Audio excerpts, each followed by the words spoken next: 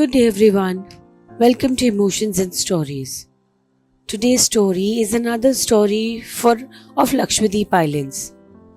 It is called The Lagoon Whispers of Karavati Island.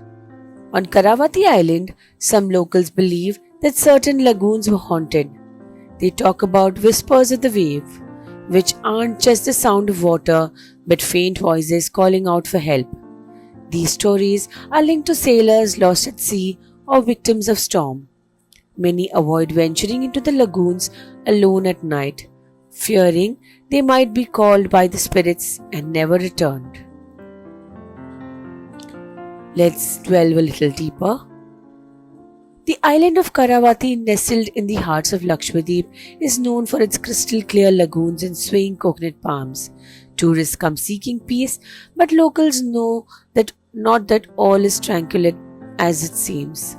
When the wind grows restless and the tide recedes under the silver moon, the whispers begin. Soft, eerie voices that rise from the waters of the lagoon. Long ago, Kavarati was ruled by the benevolent chieftain named Ilyas. He was deeply loved by his people, for he ensured prosperity and harmony. But his most treasured possession was not gold or spices. It was his daughter Liana, whose beauty was rivaled only by her kindness.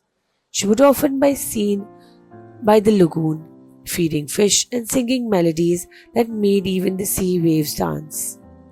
One fateful day, a band of rogue sailors arrived at Kavarati, led by a cruel captain named Rafiq.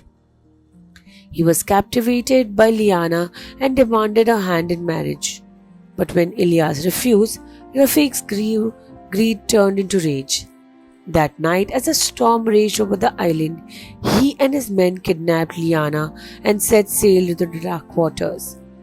Heartbroken, Ilyas and his people called upon the spirits of the sea to bring her back. The sky roared and the waves crashed violently.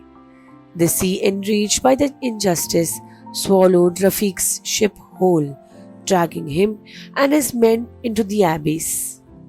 But Liana was never seen again. Since that night, the lagoon has never been the same. Fishermen claim that the waters are still, but they hear a woman's voice singing a sorrowful tune, carried by the breeze.